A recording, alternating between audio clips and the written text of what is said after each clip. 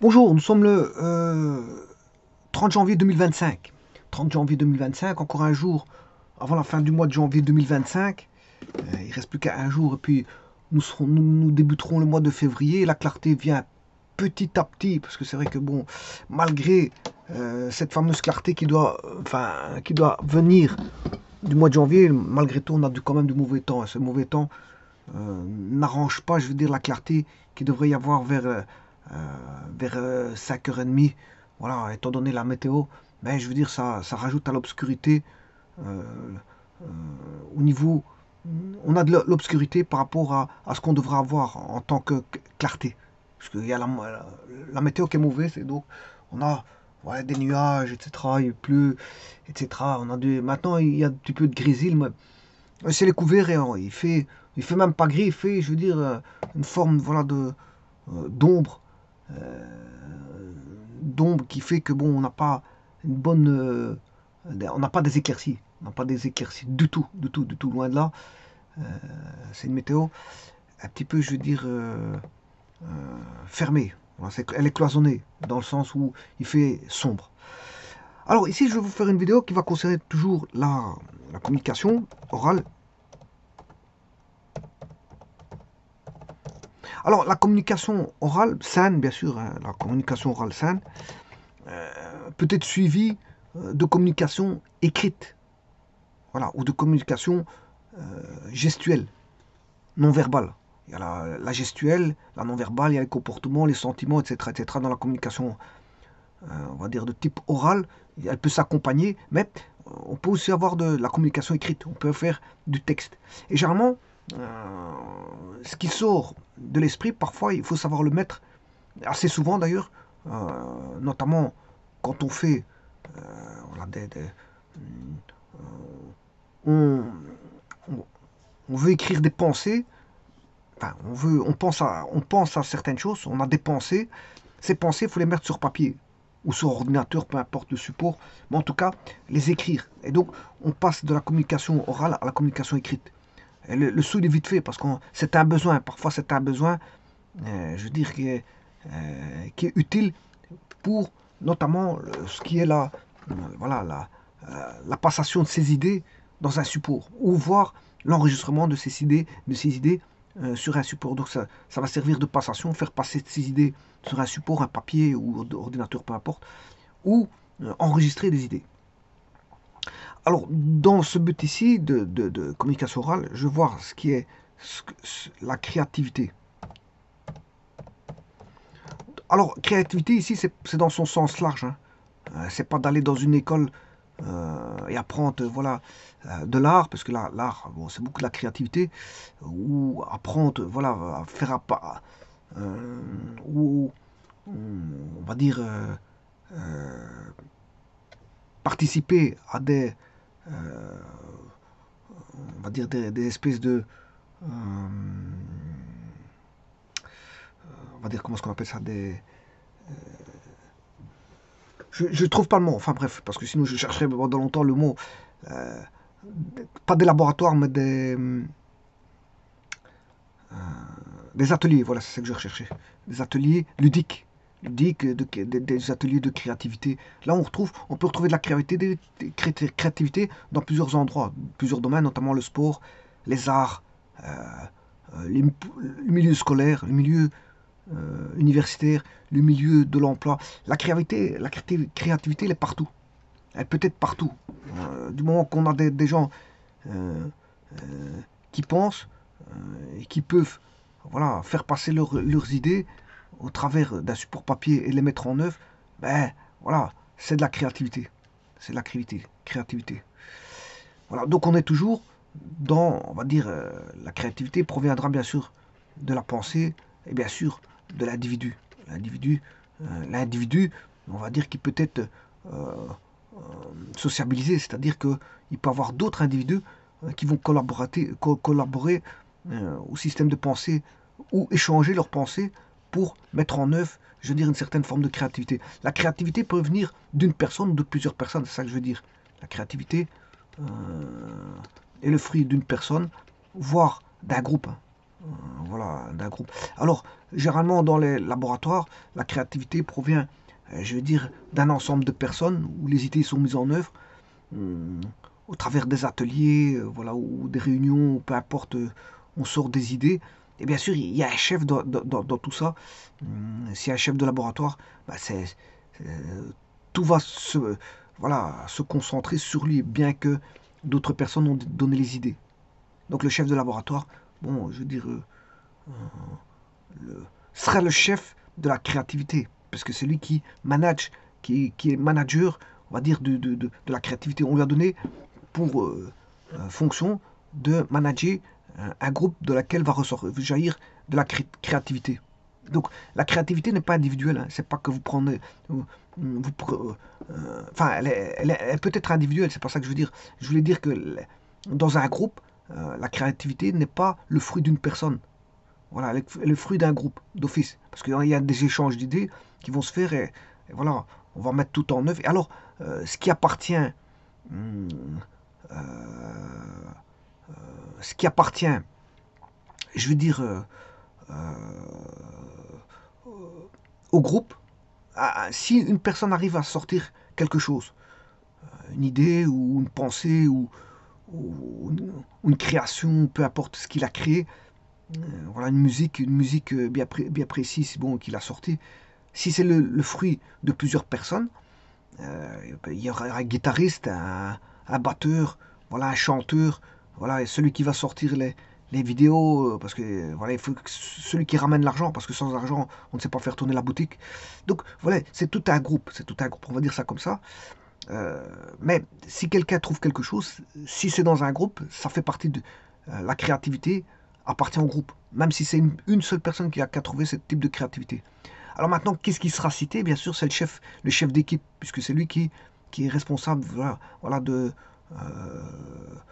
manager euh, le groupe, de manager le groupe, et donc c'est à lui que c'est son nom qui va ressortir, c'est le nom du chef.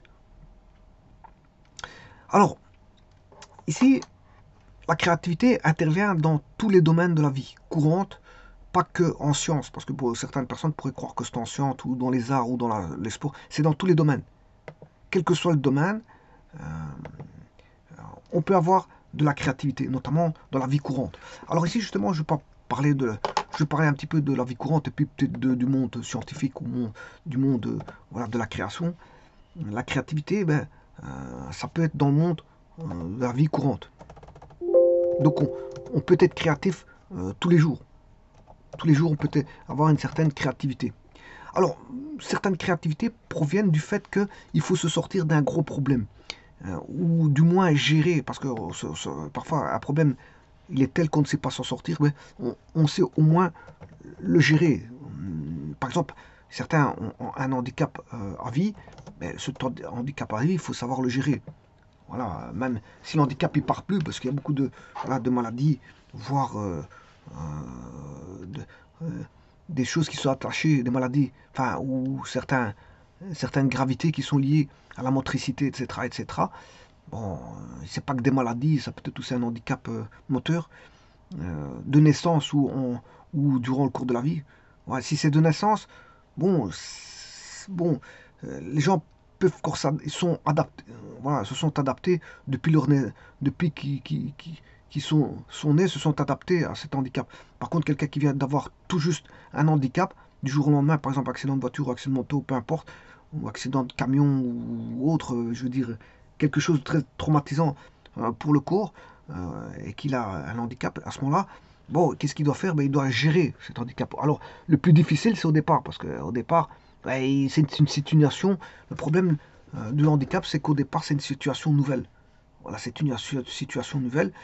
Bon, elle va perdurer, effectivement, parce que si c'est un handicap qui va rester tout le long au cours de la vie, ben, je veux dire, faudra l'accepter. Bon, il faut une acceptation de son problème, euh, et le gérer, c'est surtout le gérer. Parce qu'avant de le gérer, il faut l'accepter. Parce qu'il y en a qui n'acceptent pas, je veux dire, euh, voilà, survenu d'un gros problème. Donc, il faut d'abord, avant tout, l'accepter. Et puis, quand on l'accepte, puis il faut gérer c'est au quotidien, c'est au tous les jours. Hein. Autant vous mangez tous les jours, autant il faut gérer votre problème. Si c'est un handicap qui va rester à vie, mais c'est le gérer tous les jours, comme quand on mange tous les jours.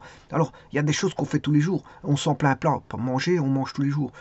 Aller aux toilettes, on va aux toilettes tous les jours. Et dormir, on dort tous les jours. Donc, c'est trois choses qui se font tous les jours au quotidien, parce que c'est quelque chose qui fait partie, voilà, du fonctionnement corporel. Maintenant, ce qui ne fait pas partie du fonctionnement corporel, c'est ce qu'on n'a pas.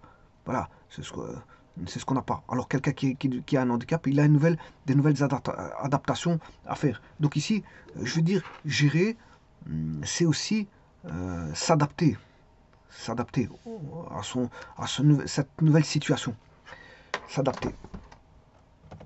Alors, bien sûr, il faut s'adapter Alors, on peut avoir plusieurs situations. Hein. Il n'y a pas qu'une seule situation qui peut être problématique durant le cours de la vie. On peut gérer plusieurs problèmes.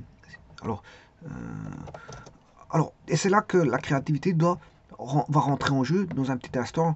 Je vais y venir petit à petit. Mais bon, j'ai pris un cas, je veux dire, de flagrance qui peut être compris par tout le monde, c'est le handicap, je veux dire, un handicap. Bon, un handicap, je veux dire, tout le monde peut le comprendre. Ils savent que toute personne qui va avoir un handicap, ben, devra gérer son handicap. Alors, des handicaps, il y en a des petits, des gros, des moyens, il y a toutes sortes. Il y a toutes les. Voilà. Il y a toutes sortes de handicaps. Et les gens vivent, je veux dire, au quotidien, ce genre de handicap ou de maladie. Au quotidien. Bien sûr, s'adapter, c'est aussi prendre des médicaments, c'est aussi, je veux dire, prendre voilà, recourir à des situations voilà, de chaises roulantes, voilà, d'escalier, pour, enfin, comment est-ce qu'on appelle ça, de chaises,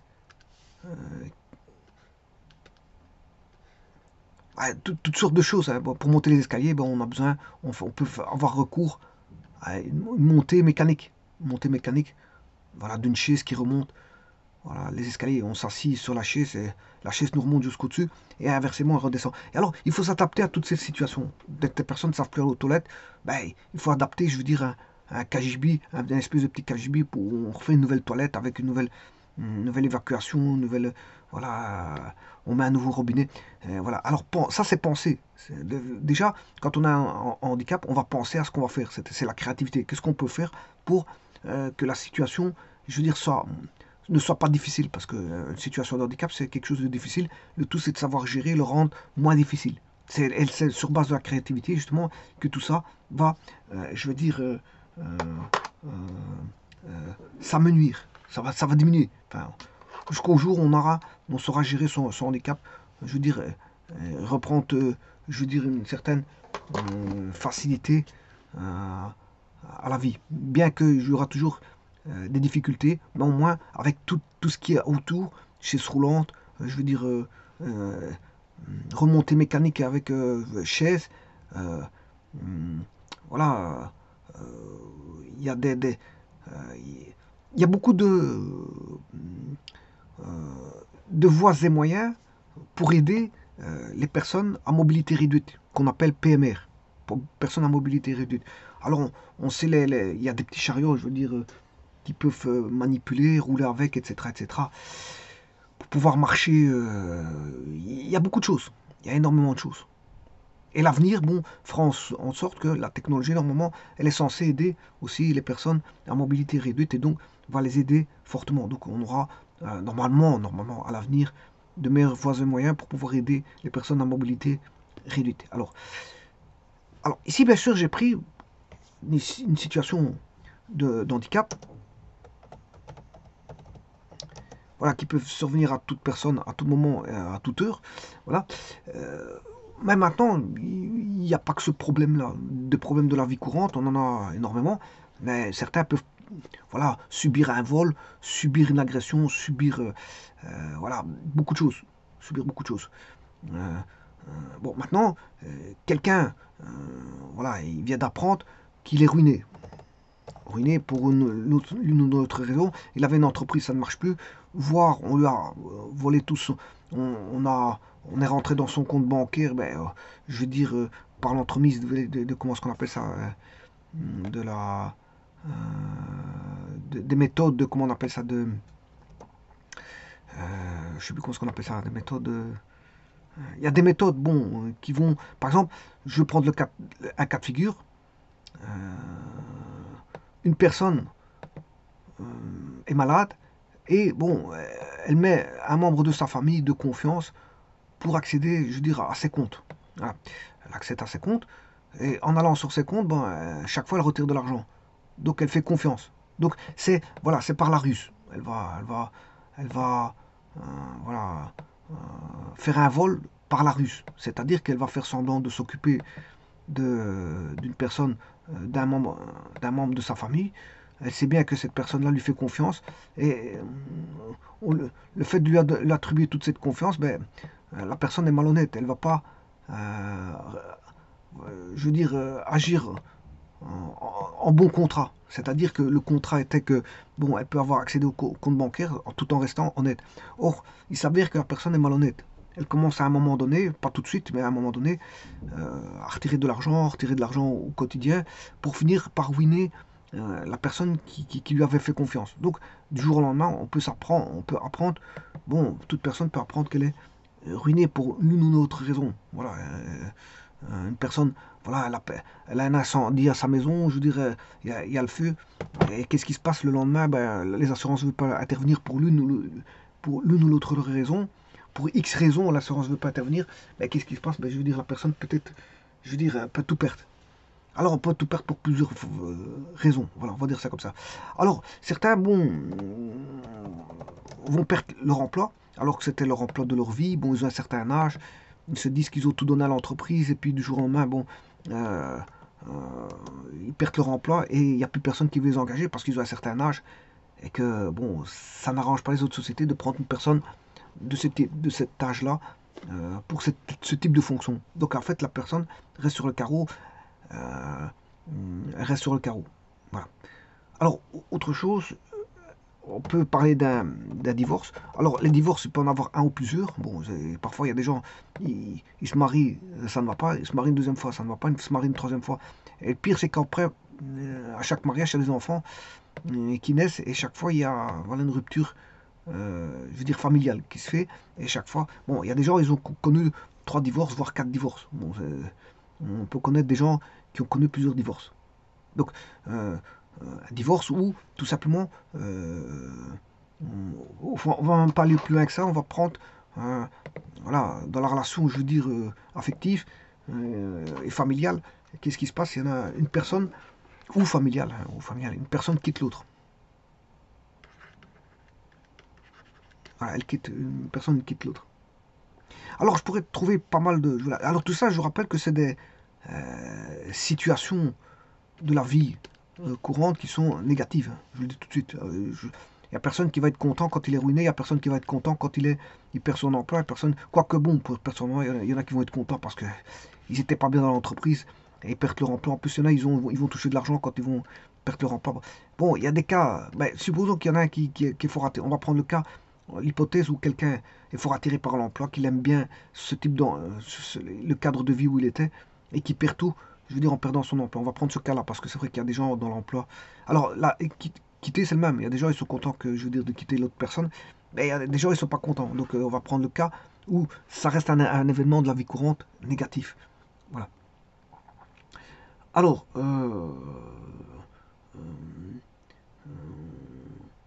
vous voyez très bien que ce sont des événements négatifs. Et ça c'est pour la plupart des gens normalement constitués, c'est des événements négatifs. Bon, qu'est-ce qu'ils aiment bien, je veux dire, c'est sûr. Alors, on peut rajouter toute une panoplie, voilà, de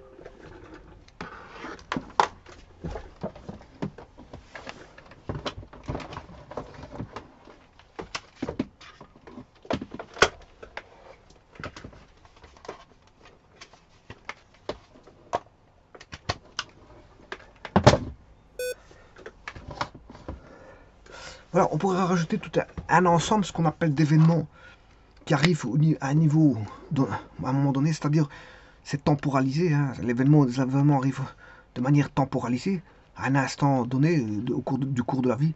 Donc le cours de la vie est, on va dire, perturbé par un événement. Alors on peut avoir la perte d'un proche, etc. Perte d'un proche. On peut rajouter beaucoup de choses. Hein. Voilà, perte d'un proche. Comme j'ai dit, un vol, une agression, je veux dire, toutes sortes de choses. Tout ça, c'est temporalisé, puisque ça se passe à un moment donné. Bon, c'est tout d'un coup, ça vient tout d'un coup comme ça. À un moment donné, ben, on a une expérience de vie, négative. Alors, le point de vue négatif, certains vont, parfois il est négatif, un petit peu négatif pour certains, pour d'autres, il est encore beaucoup plus négatif. Il y en a qui le ressentent beaucoup plus fort. Alors, plus ça va vers le bas, dans une échelle donnée de négativité, ben, il y en a qui vont subir pour le même événement, mais ils vont subir, je dirais, un choc beaucoup plus grand. Beaucoup plus grand. Bon, tout le monde ne va pas réagir au choc de la même manière, suivant la même situation. Bon, alors donc, il y en a qui vont réagir fortement à l'événement négatif. Au moment, je parle au moment précis, parce qu'après, il y a une évolution qui peut se faire. Voilà. Euh, L'échelle peut-être, je veux dire, bon, avec le temps, tout s'arrange. Ça ne s'arrange pas, mais en fait, bon, avec le temps, il y a certains événements qui vont prendre certains événements vont prendre moins de, ils vont être plus relativisés et acceptés. Voilà, donc on aura moins de charge émotionnelle, je veux dire, au fur et à mesure avec le temps. Alors, euh, alors qu'est-ce qu'on pourrait se poser comme question? Quelles sont les conséquences positives qu'entraîne, qu'entraînerait pour vous euh, ces événements?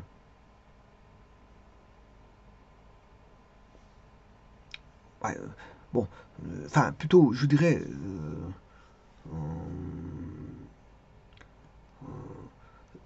alors l'idéal c'est de faire un tableau, c'est de faire une espèce de bilan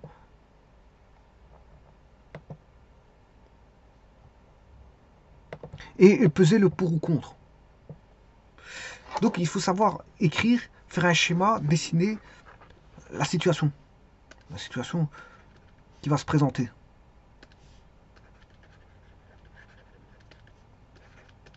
Alors on pourrait mettre dans ce tableau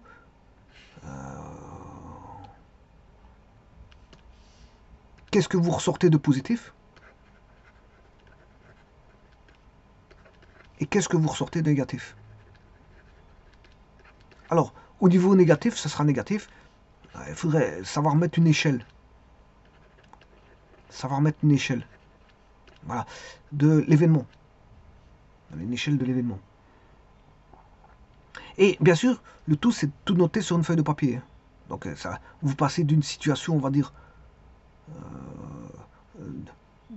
c'est une passation d'idées, voilà, des événements de la vie courante.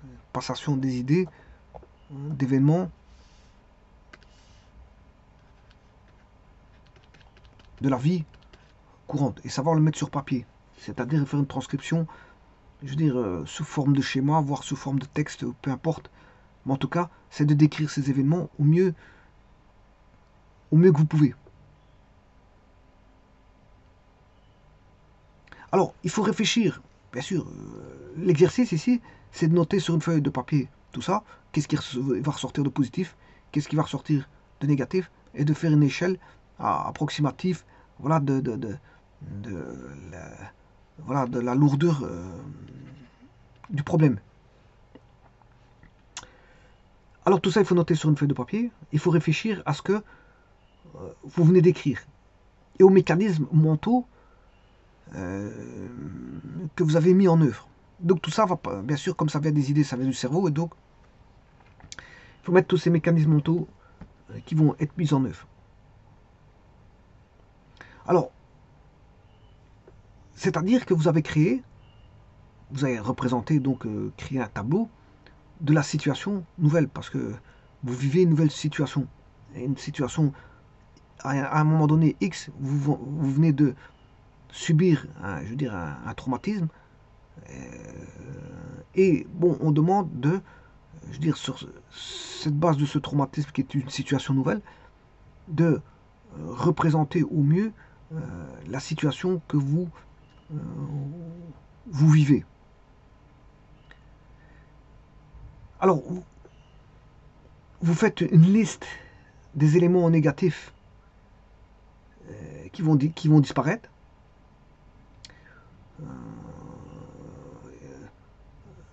Alors, tout va pas forcément disparaître. Alors, tout peut disparaître comme certaines choses ne vont pas disparaître. On va dire ça comme ça. Alors, bien sûr, c'est comme un bilan. Hein, c'est pour ça que je mets ça comme ça ici. C'est comme un bilan comptable. Voilà, mais qui jaillit de vos pensées. Le fait de savoir répertorier la liste des éléments négatifs qui vont disparaître. Vous faites le compte de vos ressources, peu ou pas exploitées, et vous prenez conscience de votre potentiel latent. Alors vous avez imaginé comment utiliser ce potentiel, et le tout c'est, une fois que vous avez ce potentiel là qui est bien mis en, je veux dire, en réserve pour l'utiliser, donc le tout, comme je l'ai dit, c'est de prendre conscience de votre potentiel qui est latent, hein, c'est un potentiel latent, et vous imaginez comment utiliser ce potentiel. C'est-à-dire que vous êtes déjà projeté dans le futur. Vous êtes déjà projeté dans le futur. Voilà. Alors, vous êtes présent, voilà, vous êtes projeté dans le futur, mais vous avez quand même pris une décision, voilà, peut-être, hein, vous avez peut-être pris une décision de faire tout de suite quelque chose. Donc vous allez peut-être réagir instamment.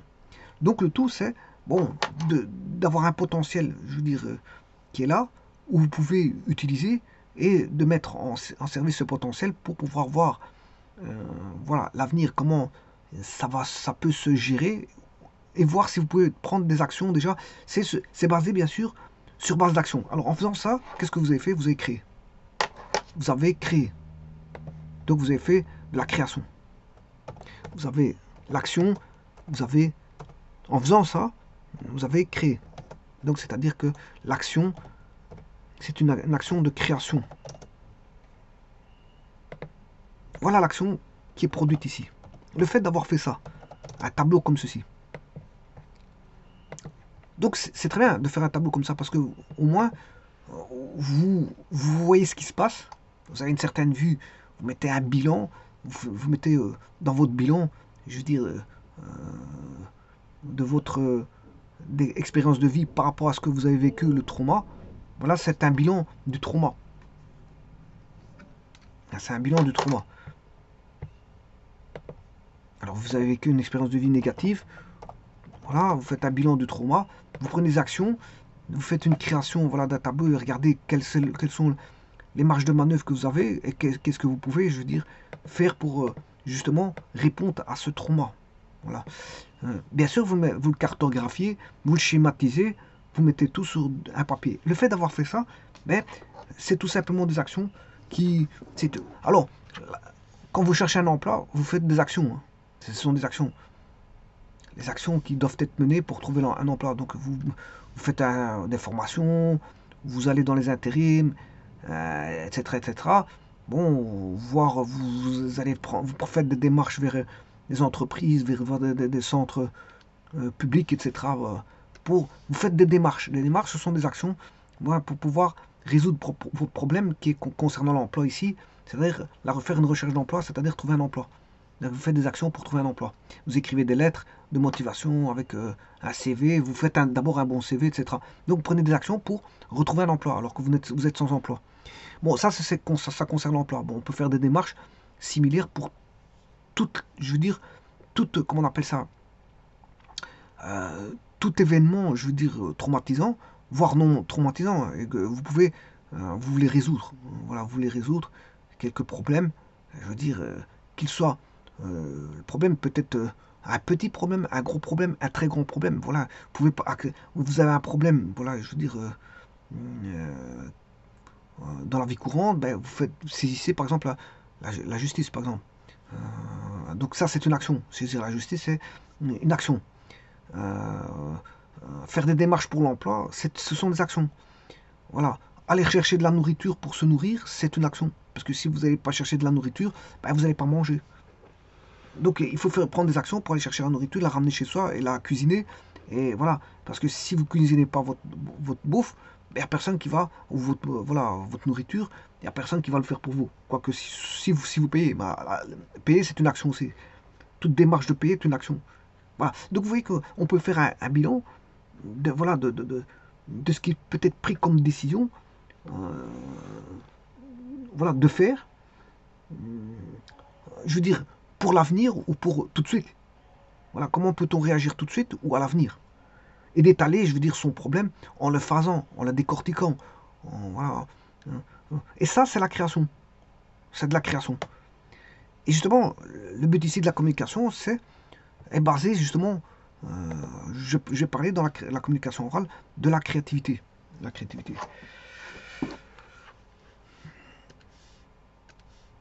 Alors la créativité, bien sûr, elle va rentrer dans... Je vais prendre un cas de figure. De la bon, je peux prendre beaucoup de cas de figure. Hein. Bon, qu'est-ce que la créativité? On peut la trouver, comme je l'ai dit, dans l'art, créativité, dans les ateliers. Vous avez des ateliers, vous allez faire de atelier couture, atelier de ce que vous voulez, atelier voilà, d'art.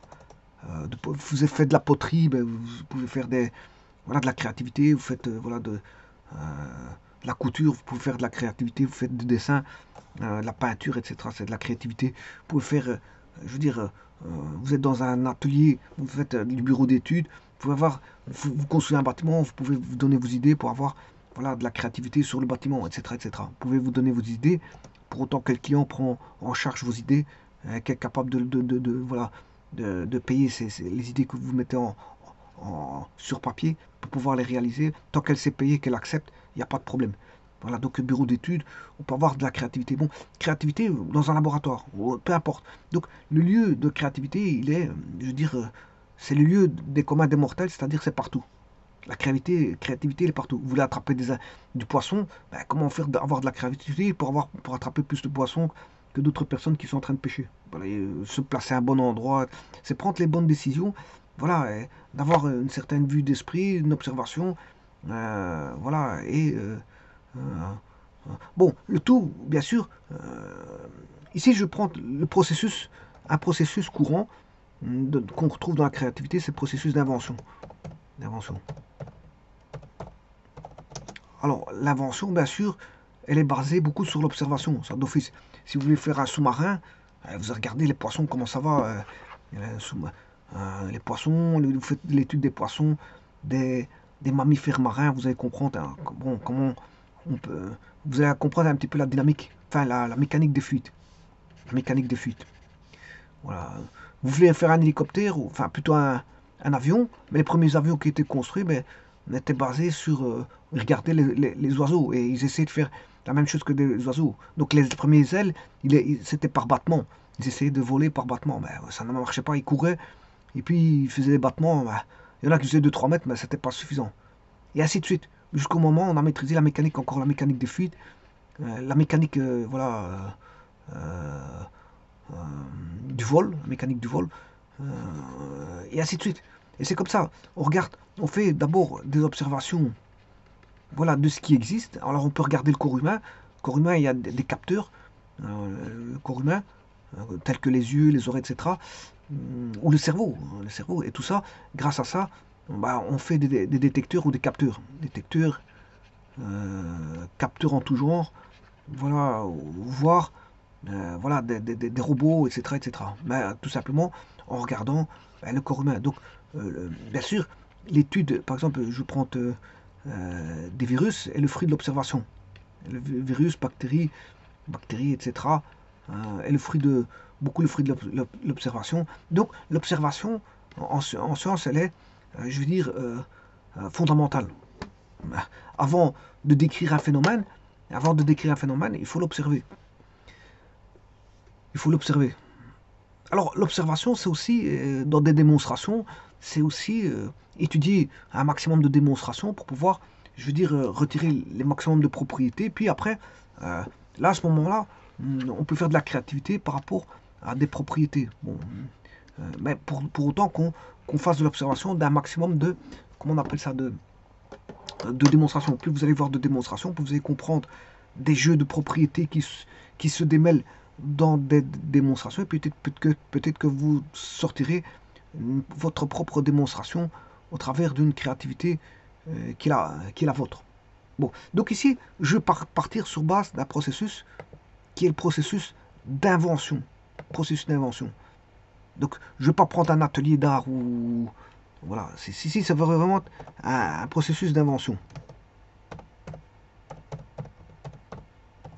Basé, bien sûr, comme je l'ai dit, la plupart du temps, sur l'observation. Parfois, c'est des coups de chance aussi. Hein. L'invention, parfois, c'est... Bon, il y a beaucoup de choses qui peuvent intervenir dans l'invention. Bien sûr, il y a un don qui est inné. Bon, il y a une personne qui est innée, qui a un don, qui devine. Voilà, il se pose des questions sur quelque chose, voilà, il devine. Ou alors, personne n'a encore introduit de dossier sur un sujet. Personne ne s'est intéressé à un sujet. Voilà. Alors, quelqu'un va s'occuper des fourmis.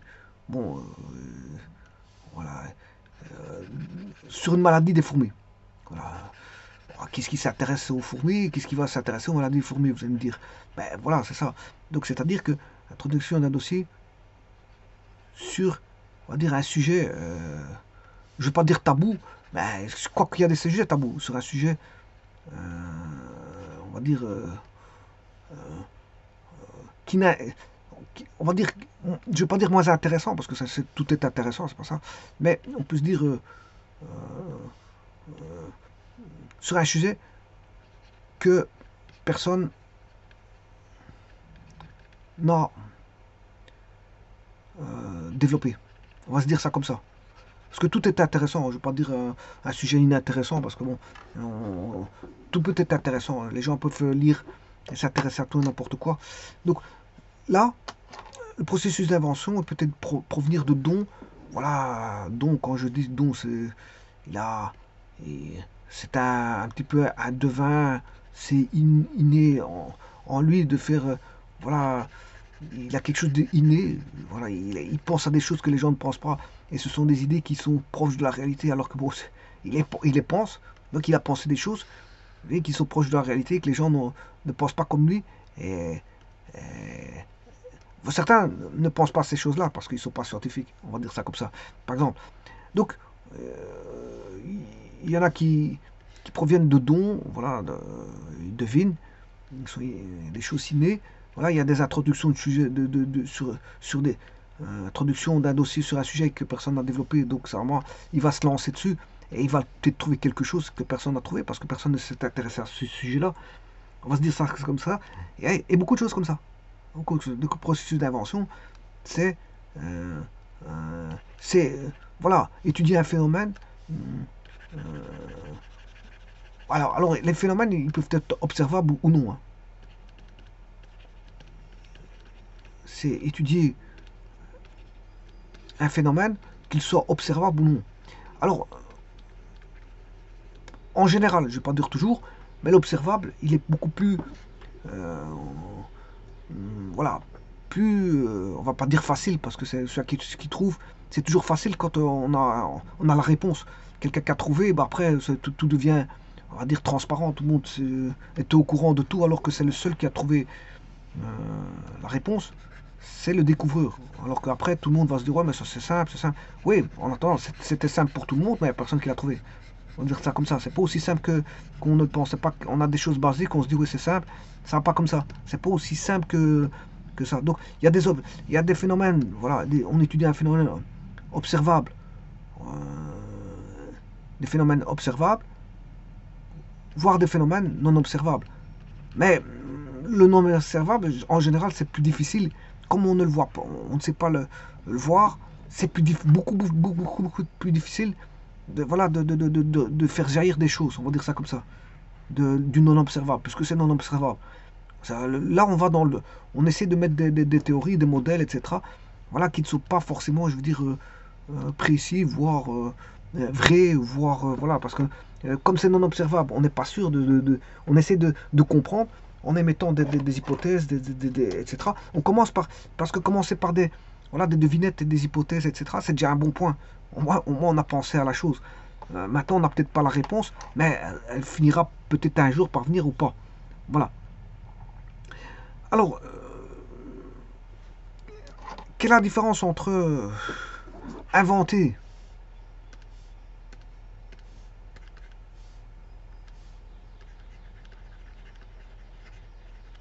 inventer, on va dire découvrir et créer.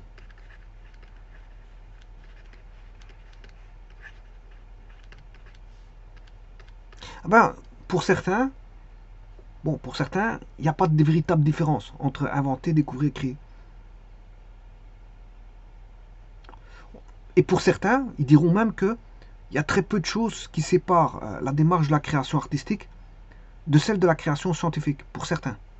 Ils vous diront, voilà, cet entrefait. Alors, certains ne seront pas d'accord, hein, je vous dirais, bon, ça peut c'est discutable. Euh, alors pour ça, je vais aller chercher une personne, bon, qui est costeur. Alors, je vais me fier à costeur pour ne pas émettre mon point de vue. Je pourrais émettre, vous pouvez émettre votre point de vue, vous êtes libre. Vous êtes libre de la liberté d'expression. Vous dites, voilà vos pensées, parce que ici c'est sujet à discussion. Donc vous pouvez discuter sur base de ça. Je dirais, vous n'êtes pas d'accord, vous n'êtes pas d'accord. Mais moi, je prends un point de vue qui est celui de Coster. Bon, je vais me calquer sur Coster.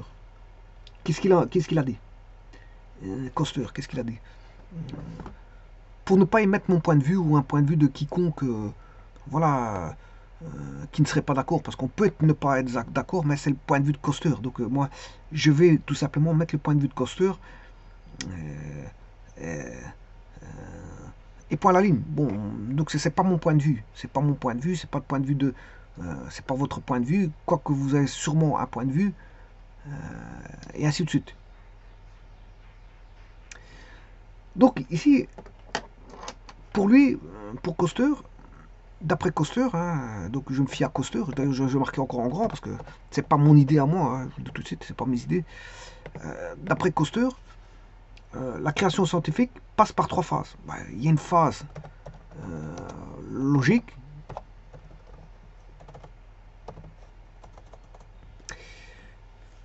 On a une phase intuitive.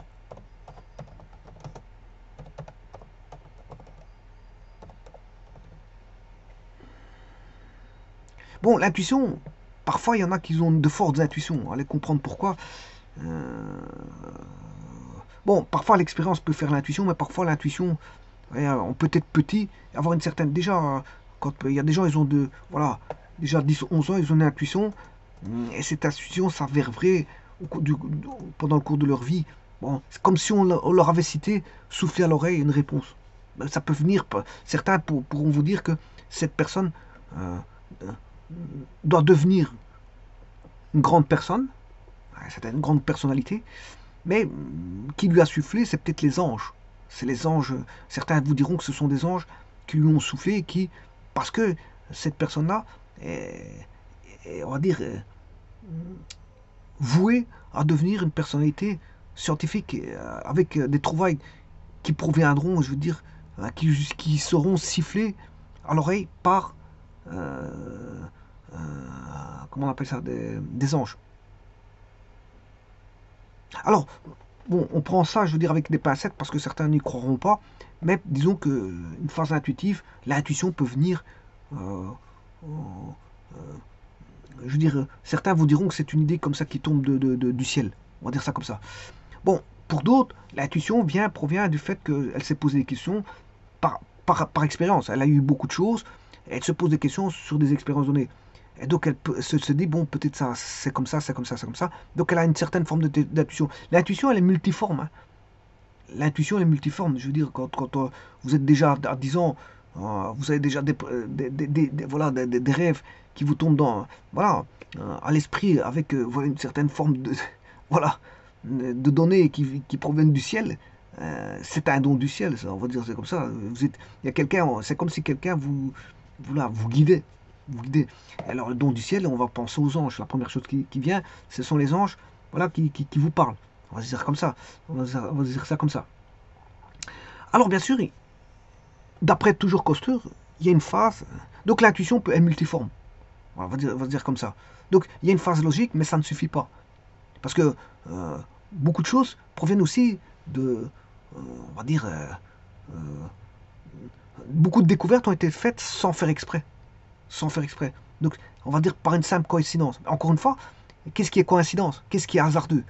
Encore une fois, c'est peut-être des anges qui ont fait que, bon, cette personnalité était vouée à devenir une personnalité scientifique. Elle a été, je veux dire, choisie. Voilà. Et donc, des anges lui ont dicté, voilà, des choses. Et elle fait une coïncidence. À un moment donné, elle fait une trouvaille. Voilà. Donc, c'est comme ça. Chacun dans ce monde ici a une fonction dans cette vie. Chacun a sa place et chacun a une fonction à mener, on va dire un rôle. On est tous des acteurs dans un monde où on est tombé. On est tombé dans un monde où on est chacun acteur et chacun a sa place. Bon, parfois, certaines personnes sont aidées par, on va dire, l'au-delà. Quand je parle de l'au-delà, je parle des anges. Alors, certains n'y croiront pas. Certains, bon, c'est chacun sa façon de penser. Mais pour moi, il y a des anges, je veux dire, qui guident, je veux dire, voilà, d'autres personnes à devenir euh, durant un cours de l'histoire, telle personnalité.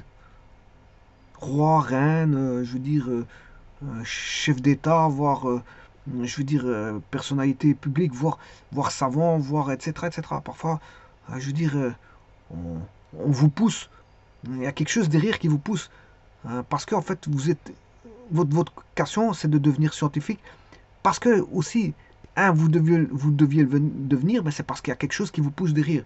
Il y a votre soi, mais il y a aussi d'autres choses. On n'est pas tout seul dans ce monde, je vous le dis tout de suite. Bon, mais certains y croiront ou n'y croient pas. Bon, c'est chacun sa libre pensée. On n'est pas, tout le monde n'a pas la foi, tout le monde n'a pas la croyance, tout le monde n'a pas une croyance, je veux dire à l'au-delà, aux anges, etc. Mais pour moi, je pense que les anges, voilà, il y a quelque chose qui existe, je veux dire, dans le pourtour qui n'est pas observable. Voilà, on va se dire comme ça. Donc, alors, pour Coster, bon, ça, vous le prenez avec des pincettes parce que je veux dire, c'est mon point de vue. Vous avez probablement votre point de vue, vous faites ce que vous voulez. Mais voilà, en tout cas, dans la phase d'intuition intuitive, il y a différents types d'intuition. C'est ça que je veux dire. Alors, la phase de logique, ça doit démarrer par quelque chose, je veux dire, de consistant, qui, voilà, fait fi déjà des connaissances de base et qui va formuler un problème d'une certaine façon par rapport à des connaissances qui ont été déjà acquises sur ce problème. Mais ça, je vais en discuter dans un petit instant. Mais ici, on peut avoir aussi une phase critique. Bon, suivant Coster, je vous le dis tout de suite. Suivant Coster. Donc, ceci, bien sûr, c'est pas une théorie que je sors, voilà, voilà, que je suis en train de dicter de ma part. C'est vraiment quelque chose qui m'appartient pas, parce que c'est Coster qui décrit ces trois phases-là. Et voilà, que je ne fais que répéter, je veux dire, euh, la consistance, voilà, des trois phases décrites par Coster. Alors, la phase logique, d'après Coster, c'est, on va dire, une formulation du problème. C'est une formulation du problème. Alors, savoir formuler un problème, bien formuler, c'est déjà un petit peu entamer sa résolution. Si on l'a bien formulé, parce que si on est vague, qu'on ne comprend pas cette formulation, c'est déjà délicat. Donc, si voilà, on ne se rattache pas, je veux dire, vraiment, on n'est pas au voilà, terre à terre avec le problème en lui-même et qu'on a, voilà, des questionnements, je dis que c'est vague, etc. C'est déjà compliqué déjà à ce moment-là de résoudre le problème parce que on essaie de tenter de résoudre quelque chose qui est, on va dire, divague. C'est vague, je veux dire, la consistance, elle est pas nette. Elle est pas nette, voilà. Alors pour ça, la phase logique, ben, on sait faire des choses. Alors, certaines choses qu'on peut faire, c'est la collecte de données. La collecte de données. On sait déjà faire ça. Il faut faire des statistiques, etc. etc. C'est déjà ça. C'est déjà une phase logique. On sait bien que faire des collectes de données, faire des tableaux, peut nous renseigner sur beaucoup de choses. Avoir des courbes mathématiques, etc. Des courbes de statistiques, des courbes mathématiques, et ainsi de suite. Ben, ça aide déjà au niveau de la collecte de données et bien sûr son image par des graphes ou des graphiques, mais permettent déjà d'entrevoir déjà des choses. C'est juste pour faire parler déjà le point de vue mathématique, point de vue mathématique. Donc, c'est un rassemblement une collecte des données, un rassemblement des données, un rassemblement. Bien sûr, en relation directe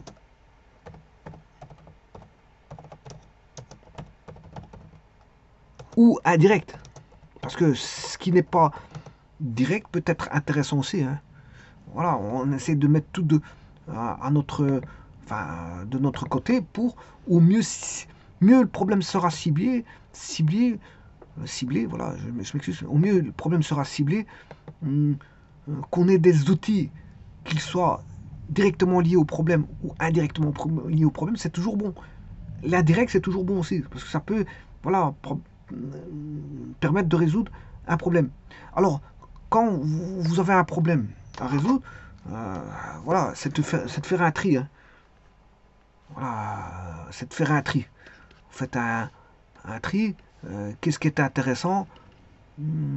Qu'est-ce qui est intéressant? Voilà, qu'est-ce qui ne l'est pas? Qu'est-ce qui est intéressant? Qu'est-ce qui ne l'est pas intéressant? Voilà, c'est basé sur la logique. Voilà, du oui, non. Oui, non. Voilà. Les éléments intéressants, je peux les garder ici. Les inintéressants, enfin, ceux qui sont moins intéressants ou peu intéressants, je mets de côté, mais je les garde. Voilà, on fait une sauvegarde, voilà, de ce qui pourrait être intéressant pour résoudre le problème. Alors, on va résoudre le problème de façon, avec les premiers éléments qui nous viennent à l'esprit, c'est-à-dire ceux directs, voilà, et ceux indirects, ben, s'ils peuvent nous aider dans notre démarche, ben, on va les utiliser, pourquoi pas. Mais le tout, c'est de voilà, les répertorier aussi. C'est les répertorier.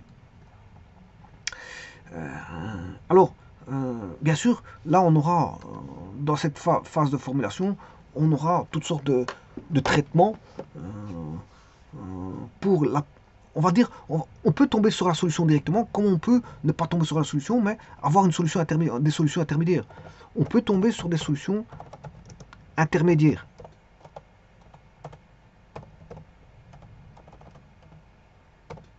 C'est pas dit qu'on va tomber sur la solution directement.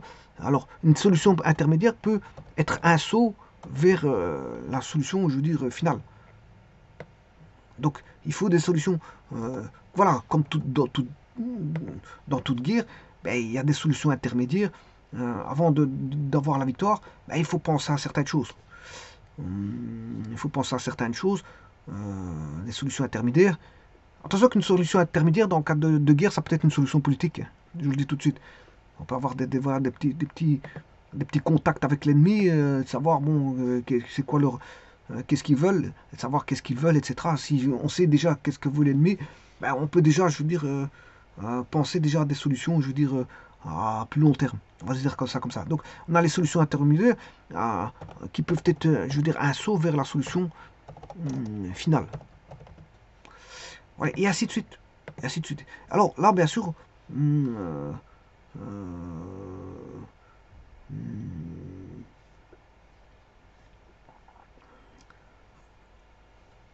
comment dire ici, on va voir dans cette phase logique, bah, on a toutes les procédures logiques qui vont intervenir. C'est-à-dire qu'on peut avoir voilà, du tri, euh, de l'ordonnancement,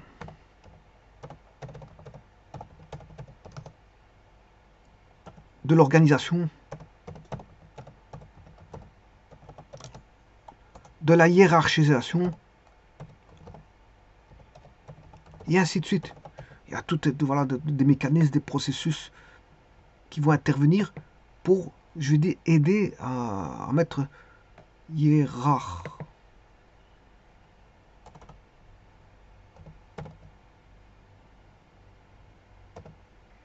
Je sais pas si j'ai bien écrit hiérarchisation, mais enfin bref. Hiérarchisation, je sais pas. À mon avis, je sais pas si c'est bon ce mot-là. Le fait de l'écrire correctement, si je l'écris correctement, mais enfin bref. Hiérarchisation, et bien sûr, c'est bien. Dans la phase logique, bien sûr, on va essayer de bien s'entourer. Hein. Bon, voilà. Le tout, c'est d'avoir une équipe euh, des équipes compétentes. Hein. Et chacun à sa place. C'est surtout que chacun a sa place.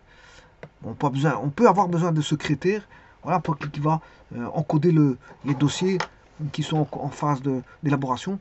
Donc, peut-être qu'il nous faut des secrétaires, et chaque secrétaire reste à sa place.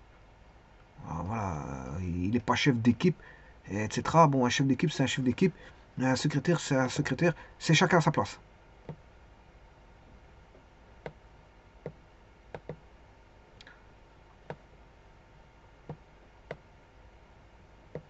Alors, donc ça, c'est la phase logique. Elle prend maturation. Quoique la maturation, ouais, elle prend maturation à ce niveau-là. Bon, le projet, c'est en sûr que ça peut tourner en forme de projet. Le projet va subir une phase de création, une phase d'élaboration, une phase de maturation, et puis une phase finale. Une phase finale. Donc vous voyez que les étapes, elles peuvent être séquencées. On peut avoir des étapes. Oui, un projet peut être séquencé aussi. Hein. Enfin, oui, le projet va être séquencé. Ici, euh, la phase logique peut être des phases logiques. Bon, on peut avoir un séquencement des étapes aussi. Hein, des étapes. On ne va pas se dire on va avoir en une seule étape. Peut-être en une seule étape, on peut arriver à certaines choses. Mais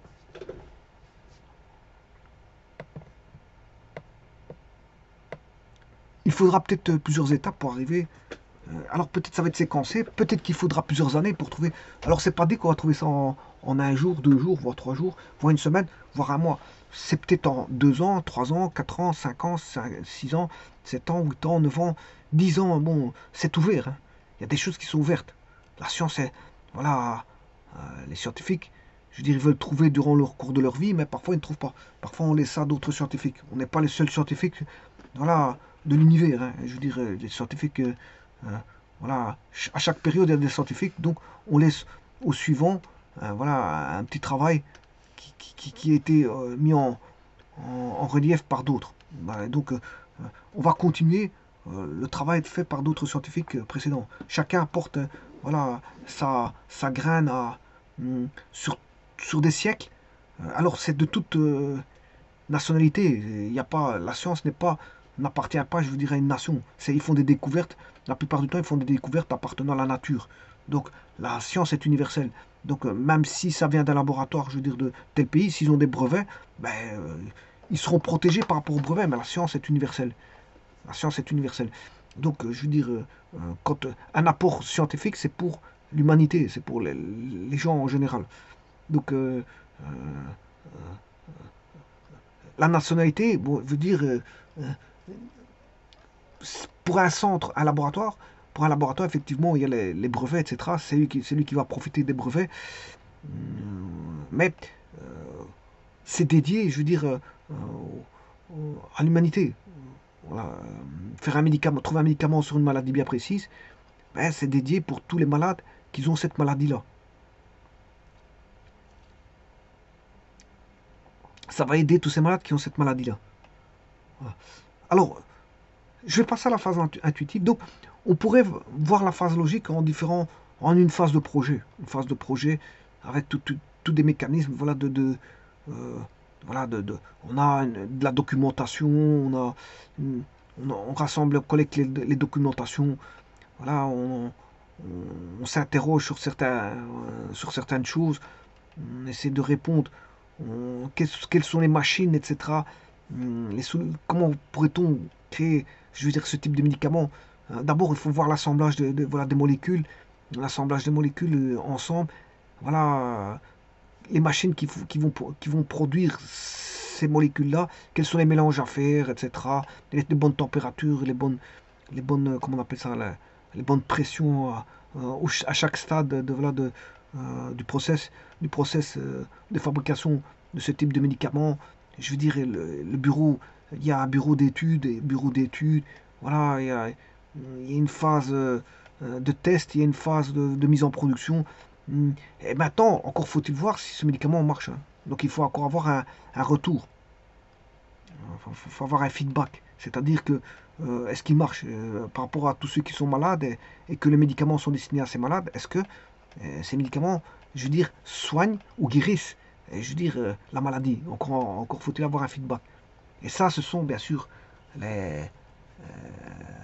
ce retour doit être ramené vers l'usine de production de médicaments. Ouais. Donc ça peut se faire par statistique, ça.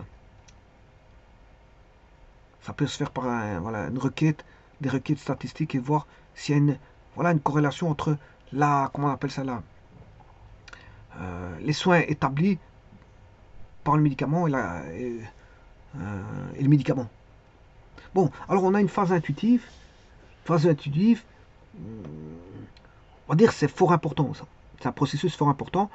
Et on va dire que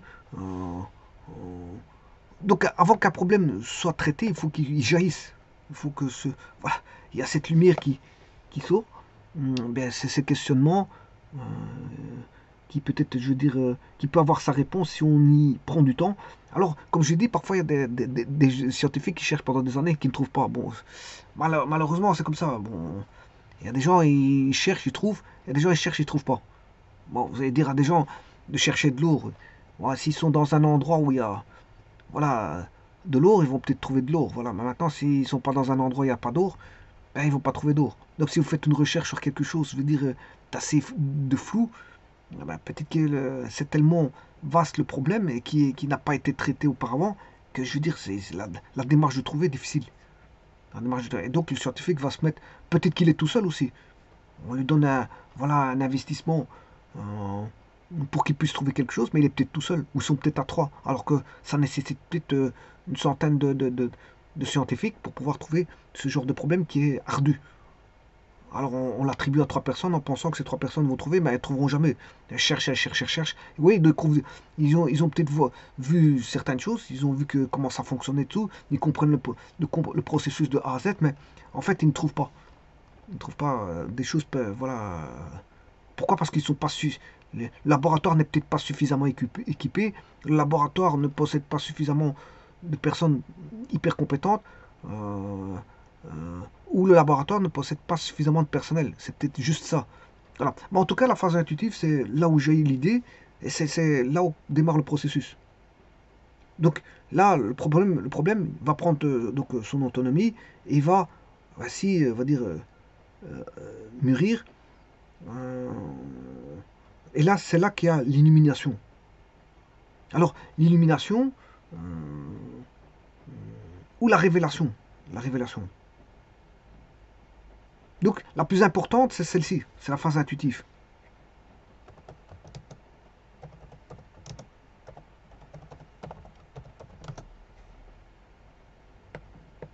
Alors, parfois, certains savent poser, il y a des personnes qui savent poser les bonnes questions au bon moment. Je dirais, the right person at the right place, c'est la bonne personne à la bonne place. Oui, ça, il faut absolument, la bonne personne à la bonne place. Mais il faut aussi, je dirais, the good request, la bonne requête, at the right time, au bon moment. Je dirais ça. Donc ça c'est moi qui le dis, hein. Bon, voilà. La bonne question au bon moment. C'est-à-dire si vous arrivez à poser la bonne question au bon moment, on peut se poser la question sur cette question-là. On peut s'interroger sur cette question-là, avoir voilà, une importance sur la question qui a été posée à ce moment-là et peut-être trouver quelque chose, faire jaillir quelque chose et avoir l'illumination et la résolution du problème à ce moment-là. Donc le tout peut venir, je veux dire, d'un coup de, je veux dire, alors que pendant des années, certaines personnes ont cherché, on va se dire comme ça, elles cherchent, elles cherchent, elles ne trouvent pas. Et puis, tout d'un coup, il y a une personne qui, je veux dire, et qui pose les bonnes questions au bon moment. Et donc, et là, on va pas dire que c'est pas forcément la réponse finale, mais en tout cas, ça va permettre de faire avancer la science, voilà, d'un bon, parce que, voilà. Mais en tout cas, tant qu'on n'a pas d'autres hypothèses, en tout cas, c'est une hypothèse plausible. Tant qu'il n'y a pas d'autres scientifiques qui nous ont trouvé, je veux dire, voilà, des raisons plus valables, ben, ça reste quelque chose de très plausible. Très plausible. Donc, on a une révélation du moment. Du moment. C'est-à-dire que c'est pas forcément vrai. En tout cas, elle semble vraie jusqu'à un moment donné. Et puis, peut-être qu'il y aura de nouvelles théories qui vont venir changer ce qui a été dit. Et donc, la science de ce moment-là sera contredite par une science qui a été dite plus tard. Et ce plus tard-là, peut-être que, étant donné l'avancée, l'évolution technologique et technique, des techniques et de l'évolution technologique, ben, on va permettre de faire en sorte que l'ancienne théorie était fausse ou vraie sous certaines hypothèses. Vraie sur certaines hypothèses, mais fausse, voilà, si on diverge de ces hypothèses. Donc, tout ça pour vous dire que on a la phase logique, formulation du problème, et que là, le problème prend son autonomie ici. Là, on a la formulation du problème, et là, le problème prend son envol.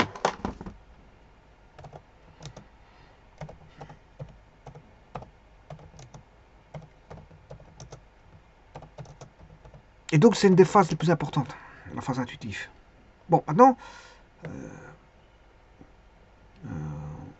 donc là, il va prendre son autonomie, on va dire il va mourir, et enfin, il va se produire l'illumination, la révélation de la solution. Alors, la phase critique. Il y a une phase... Alors, bien sûr, là-dessus, il ne faut pas oublier que quand il y a des documentations qui vont sortir là-dessus, parce qu'on s'est basé sur des documentations, on a les collectes de données, bon, c'est de la documentation aussi, hein, voilà. Mais ce nouveau problème-là, quand il va être résolu, ben, on va faire réjaillir la nouvelle documentation ou compléter l'ancienne documentation, puisqu'on a trouvé quelque chose. Donc, ce qui veut dire que bon, il y aura des documents qui vont sortir, qui va être, je veux dire, pris en compte par tous les scientifiques. Bon, certains vont rester sceptiques, d'autres vont acquiescer ces nouvelles théories. Mais en tout cas,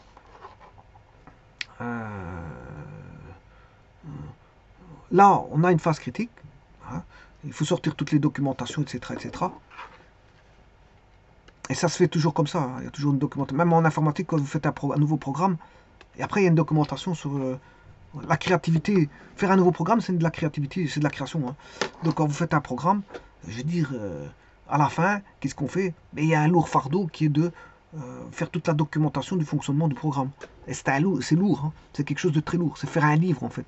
On fait un livre, voilà, de tous les tenants les uns. Et c'est très lourd de faire ce livre-là. Bon, certains aiment bien faire l'encodage, enfin, de la programmation. Ils aiment bien, voilà, voilà, de faire fonctionner des menus, voilà, des fonctions. Ils aiment bien faire fonctionner beaucoup de choses. Voilà. Mais le problème, c'est qu'après vient l'écriture de la documentation qui est quelque chose qui est un fardeau. C'est un fardeau parce que il faut faire un livre complet de ce que vous avez déjà voilà, codé, et le remettre sur papier pour que les autres puissent comprendre, enfin pour pouvoir l'utiliser. Le mode d'emploi, il faut faire un mode d'emploi. Bon, et ça, c'est comme je dis, c'est très lourd. Et il faut passer à la rédaction. Bon, et la rédaction, c'est toujours quelque chose de lourd. Bon, maintenant, heureusement on a des outils qui nous facilitent. On n'est plus à l'encodage manuel, mais on est à la transcription, je veux dire, vocale. Heureusement. Voilà. Donc ici, une phase critique, l'inventeur va se livrer à l'examen de sa propre découverte, ou les inventeurs, ça peut être un groupe, ouais, les inventeurs vont se livrer à l'examen de leur découverte. Ils vont procéder, bien sûr, à beaucoup de choses.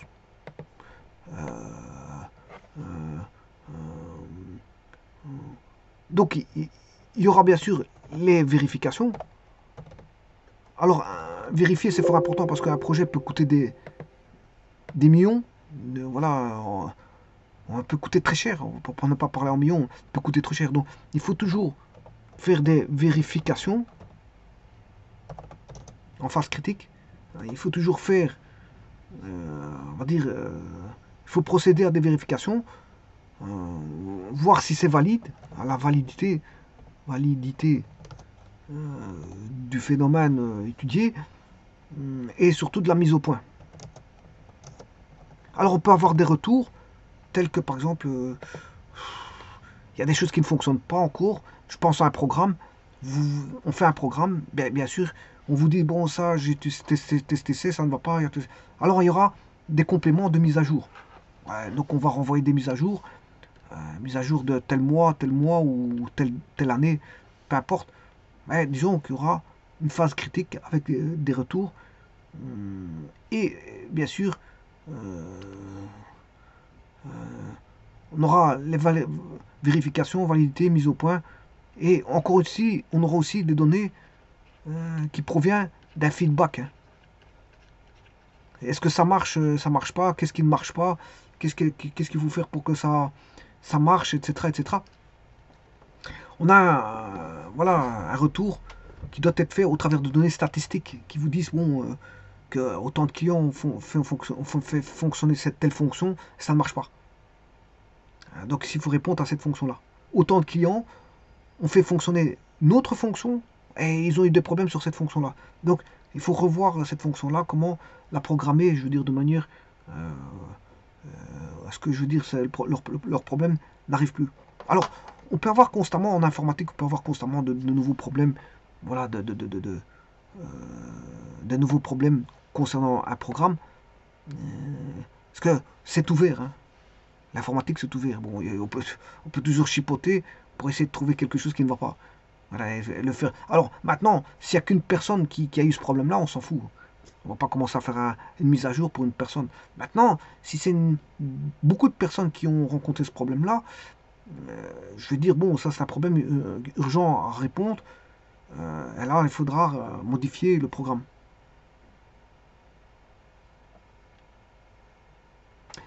Alors, la méthode de créativité.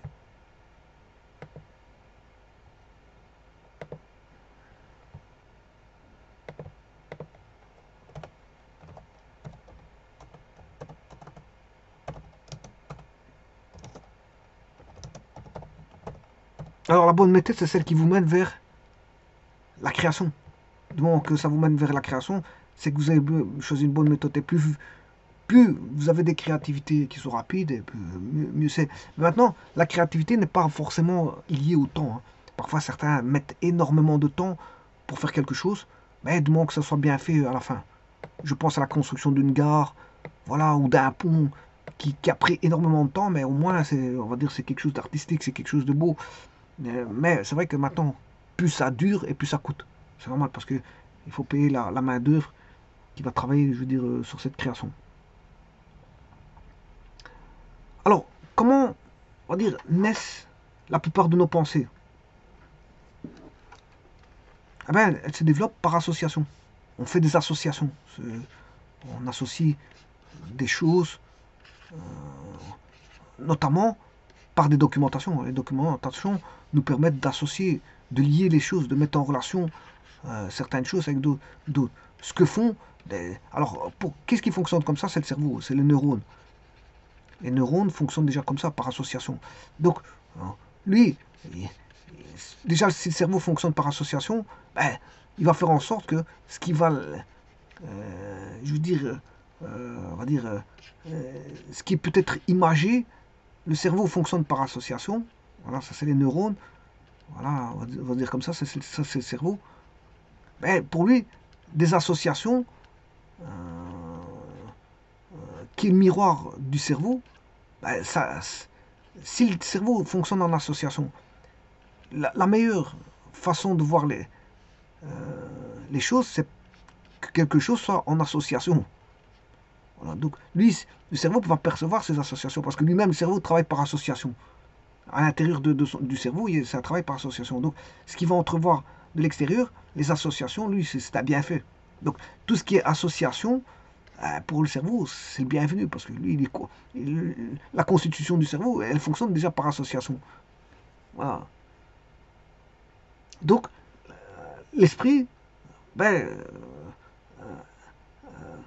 les pensées vont naître par le développement d'associations.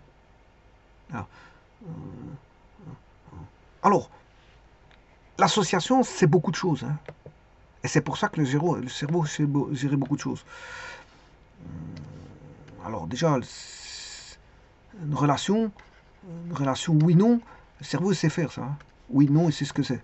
Voilà, par des associations, ça c'est bien, ça c'est pas bon, voilà, etc. Il vous dire oui-non. On va dire, euh, les contrastes, il sait voir aussi. Alors, le cerveau, il voit les couleurs aussi. Hein. Enfin, il peut entrevoir les couleurs. Donc, mais ici, c'est pas un contraste de couleurs. On va dire, quoi qu'il sait voir les contrastes et les nuances, le cerveau, mais ici, je suis dans le cas de figure, c'est, on va dire, des contrastes de pensée, des nuances de pensée, des associations de pensée. Tout ici, c'est dans la pensée, c'est pas dans la couleur, de la couleur. C'est pas des associations de couleurs, ni des contrastes de couleurs, ni des nuances de couleurs. À quoi qu'on pourrait parler au niveau des couleurs, mais ici, c'est pas le cas. Ici, je pourrais parler des couleurs, hein, mais ici, c'est au niveau de la pensée. Je parle au niveau de la pensée. L'association de pensée, le contraste de pensée, les nuances. Voilà, on peut faire des dépendances, voilà, des liaisons, euh, des relations de pensée, dépendance de pensée ou d'objets. C'est pas forcément. On, on peut se dire aussi que ce sont des objets.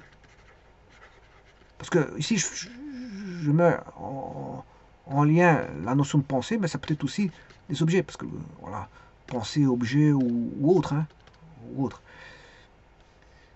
Alors les objets sont tous de nature, on va dire, mathématique, des objets informatiques, des objets tout court, des corps que vous voyez, voilà, que votre, des corps palpables, touchables, etc., des corps que vous pouvez toucher.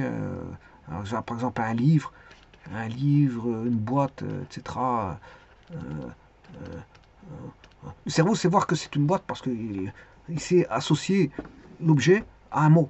Il fait une association objet-mot. Donc lui, quand vous voyez une boîte, il sait bien que votre cerveau, il sait dire c'est une boîte parce qu'il fait une association. Voilà. Et donc on a des classifications, des classifications, classification, ordonnancement, du tri, euh, du tri de. Alors je rappelle encore une fois ce que je suis. Là, je suis dans les méthodes de créativité. Alors vous avez utilisé justement tout ce que je suis en train de vous dire pour pouvoir faire justement de la, comment on appelle ça, de la créativité. Grâce au cerveau qui permet de faire ça. Donc du tri, de la relation, des classifications, de l'ordonnancement, euh, on va dire de la consonance, de l'assonance. Bon, je ne sais pas si assonance c'est deux N ou un N. Euh, cons, consonance. Bon, je vais mettre avec un N. Je suis pas sûr, mais je vous dirais d'aller voir ce mot-là parce que je suis pas sûr. Assonance non plus. Je sais pas si c'est un N ou deux N. Assonance ou assonance. Je sais pas. Enfin, vous pouvez aller voir sur internet. Elle peut faire bon des prédicats, voire de la prédication.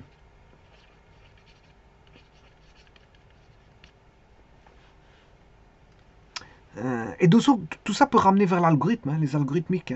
Hein, vers l'algorithme. Si le cerveau sait faire tout ça, il sait faire des algorithmes. Hein, puisque en fait, le cerveau, s'il fait ça, ben, le cerveau, ben, il peut faire des algorithmes. Parce que les algorithmes, justement, en gros, voilà, c'est des associations basées sur des prédicats, sur voilà, des introductions de données, des affichages, etc. etc.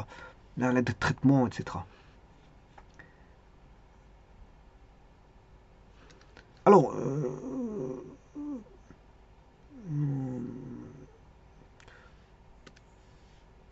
normalement,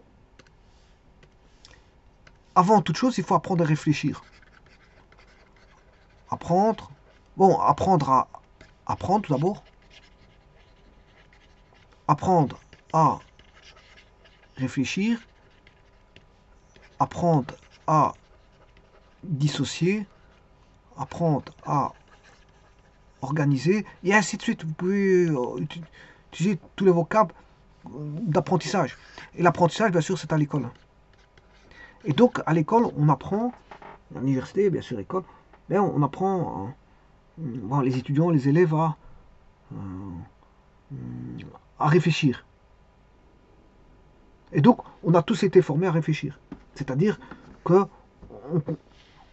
on peut contrôler les idées qui viennent de notre subconscient à notre conscient avant de les exprimer.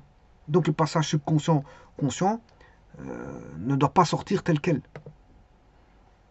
Voilà, on ne dit pas tout ce qui sort de notre subconscient pour le dire. Hein. Il y a des filtres. Hein. Si on commence à dire tout ce qu'on pense, à ce moment-là, ça peut ramener des conflits. Donc du subconscient vers le conscient. Le subconscient est là.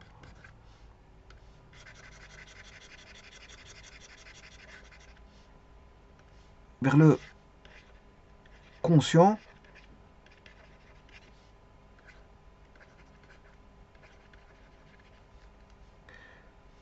Avec des filtres. Parce qu'on ne dit pas tout ce qu'on... On ne dit pas tout ce qu'on pense. Hein. Parce que ça peut ramener, comme j'ai dit, là, dans la communication orale, je suis dans une communication orale saine. Hein, parce que à ce moment, ça va ramener des, voilà, des espèces de choses qui sont de type névrose. Hein. Voilà, c'est-à-dire insultes, ragots, je veux dire,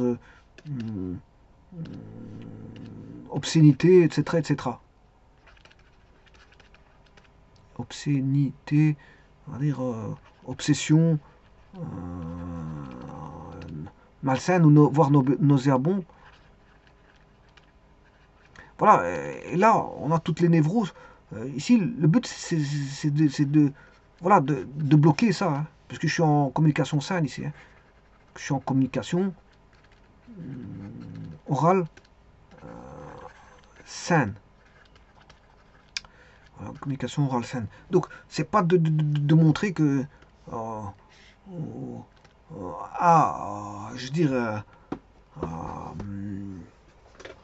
à l'extérieur, bon, qu'on est soumis, qu'on subit une névrose. Hein. Alors, il y a des degrés de névrose, il y a des petites, des moyennes, des grosses. Voilà, si c'est une petite névrose, ça va, mais si c'est une grosse névrose maladive, bon, ça, il faut des soins. Et, je veux dire, on dit pas tout, on raconte pas tout ce qu'on veut, parce que ça peut ramener, je veux dire, à des problèmes de type psy ou psy peut ramener, je veux dire, vers des problèmes de type juridictionnel, c'est-à-dire des tribunaux. Hein. Parce que le gars, s'il insulte, s'il y a un retour qui est mauvais de l'autre côté, ça revient aux mains, et aux mains, ça peut revenir à des, voilà, à des, voilà, on va dire comment est-ce qu'on appelle ça, des armes à main, voire des, ouais, et puis des armes à main, ben ça finit dans les tribunaux. Que ce soit, je veux dire, de manière grave, moins grave ou grave. Donc, c'est pour ça que la névrose, il faut tenter, je veux dire, celui qui sait bien, qui lui-même est névrosé, doit, je veux dire, savoir faire un filtre, même s'il y a un reflux, et le reflux va, le fait de faire un filtre, c'est faire un reflux. Mais il doit avoir une poubelle, bien sûr. Hein. On refoule là-bas vers le subconscient, mais il doit avoir une espèce de poubelle, garbage. Ne pas garder ces refoulements. Voilà, il faut une poubelle, et tous ces reflux-là doivent être à la poubelle, et éviter qu'ils ne reviennent. Voilà, il faut les effacer. Il faut faire un effacement, voire un erase ou un delete. Voilà un delete, voilà des informations qui pourraient, je veux dire, qui sont non filtrées et qui parviendraient au conscient, et je veux dire, de ramener toutes sortes voilà, d'insanités, telles que insultes, ragots, obscénités, qui peut choquer l'autre. On va se dire ça comme ça. Alors, Donc, comme je dis, notre éducation nous a amené à réfléchir. On a été formé à réfléchir. Euh, Ça, c'est les études qui ramènent ça. Donc, les études, voire le milieu scolaire, permet d'avoir, non pas forcément de former quelqu'un dans un... On donne des petites connaissances, hein, c'est pas parce que vous avez fait des études, je veux dire, en comptabilité que vous êtes expert comptable en sortant de l'école. Il faut faire son expérience pour dire Donc, mais ça, on le sait bien. Quelqu'un qui doit engager un comptable, il va se dire, bon, euh, il sort de l'école, il a des acquis en comptabilité. Bon, il a ce qu'on appelle un bagage psychotechnique. Mais dans psychotechnique, il y a le mot psycho et technique. Donc si le gars, il part au travail avec une mauvaise morale, avec voilà, euh, voilà, des maladies qui lui sont associées de type psychiatrique, et qui va travailler, bon, il va travailler dans un environnement, même s'il a des acquis techniques, ben, je veux dire, il va travailler dans un environnement, voilà, ça n'ira pas.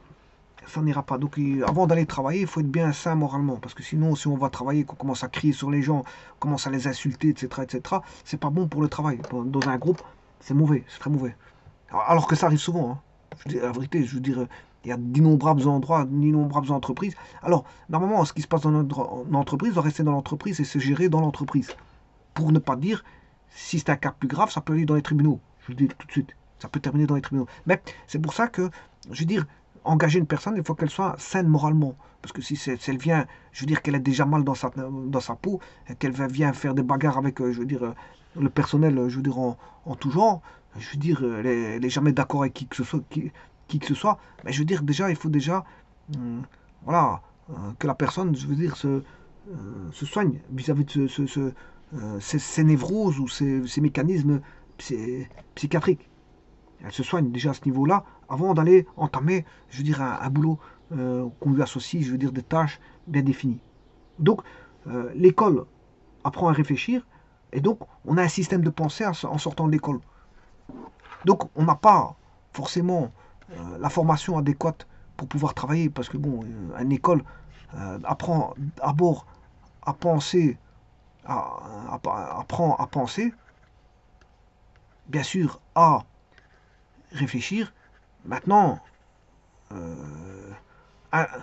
qu'est-ce qui va faire en sorte que la personne va évoluer dans une entreprise? Ben, c'est son expérience. Hein. C'est ses formations de base que j'appelle l'école. À ce moment, si vous avez fait des cours d'électricité et que vous êtes électricien, ben, en sortant de l'école, vous n'êtes pas forcément apte à faire certaines choses. Mais vous aurez, bien sûr, l'école qui vous a donné une formation de base. Vous ferez des petites formations et sur base de ça, vous aurez votre expérience en équipe. Alors, on va vous donner des tâches, voilà, qui seront graduelles. On ne va pas vous donner des tâches directement à responsabilité dès le départ, alors que vous pourrez, sinon, je veux dire, ça peut risquer des accidents, etc. Et là, à ce moment, les tribunaux vous diront, bon, comment ça se fait qu'il était inexpérimenté et vous l'avez envoyé vers voilà, quelque chose ou qui demandait de l'expérience. Bah, à ce moment, l'entreprise peut être condamnée pour ça.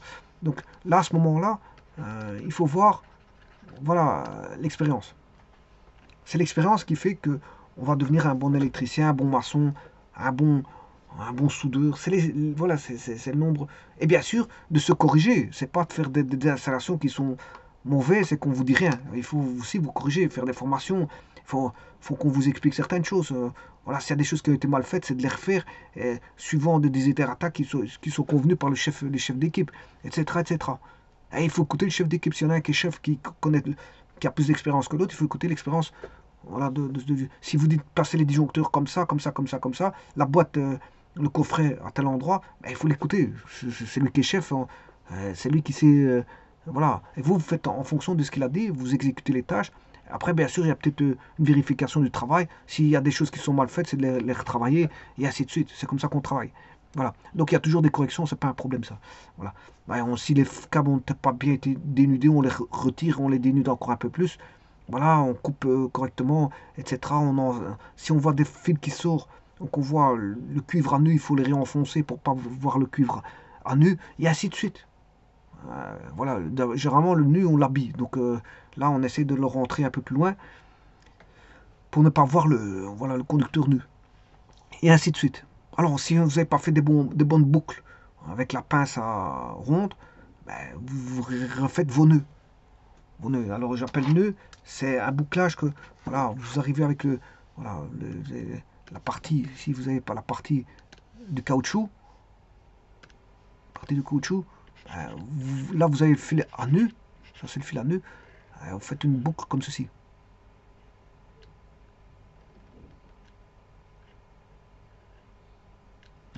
Et alors grâce à ça, vous pouvez mettre un système de serrage ici. Par exemple avec une vis de serrage, et vous venez écraser le câble. Par exemple, hein, c'est un exemple. On fait une boucle avec une pince à bec rond.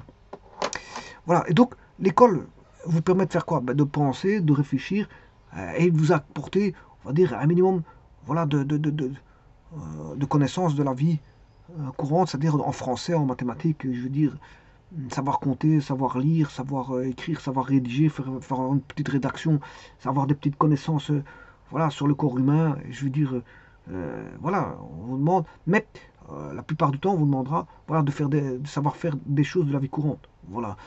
Mais en gros, elle vous demande de penser, de savoir réfléchir et de savoir contrôler les idées qui viennent de votre subconscient à votre conscient avant de les exprimer. Donc il faut savoir faire ce filtre. Et donc ce réflexe de filtre, ben, il va freiner la spontanéité. Il ne faut pas tout dire, on ne dit pas tout et n'importe quoi. Parce que ça peut déjà, blesser autrui, et donc blesser un groupe, ou peu importe. Voilà.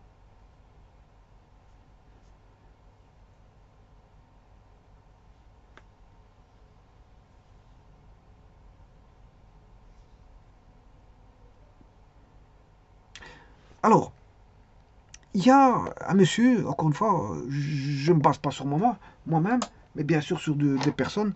Il y a une personne qui s'appelle Alex. Donc je vais me baser sur ce monsieur-là, Osborne.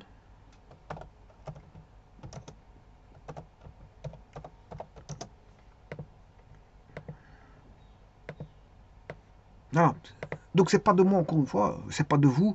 Et vous pouvez en penser ce que vous voulez, faire des observations de ce que vous voulez et de tirer de vos conclusions. Comme je dis, vous êtes voilà maître de votre environnement et donc voir observer des choses. Alors en observant des groupes, généralement ce sont des groupes de travail. Je vous le dis tout de suite. On a des groupes de travail.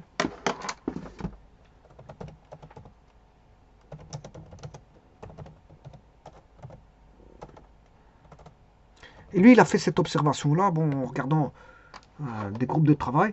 Il avait observé que dans les réunions de plus de 2 personnes, les 3 quarts de temps et de l'énergie sont consacrés à quelque chose de bien néfaste. Donc, dans plus de, on va dire, des groupes de travail qu'on avait observé que dans des réunions de plus de 2 personnes,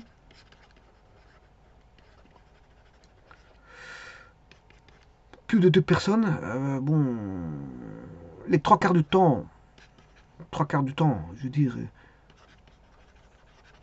et de l'énergie était consacré à quoi? À la critique. À la critique. Bon, on peut critiquer, ça c'est pas un problème. Bon, alors dans les critiques, il existe la critique positive, négative, neutre, la neutre, bon, etc. Bon, critique, il y a différentes critiques. Mais la plupart du temps, c'était des critiques bien sûr de type négatif.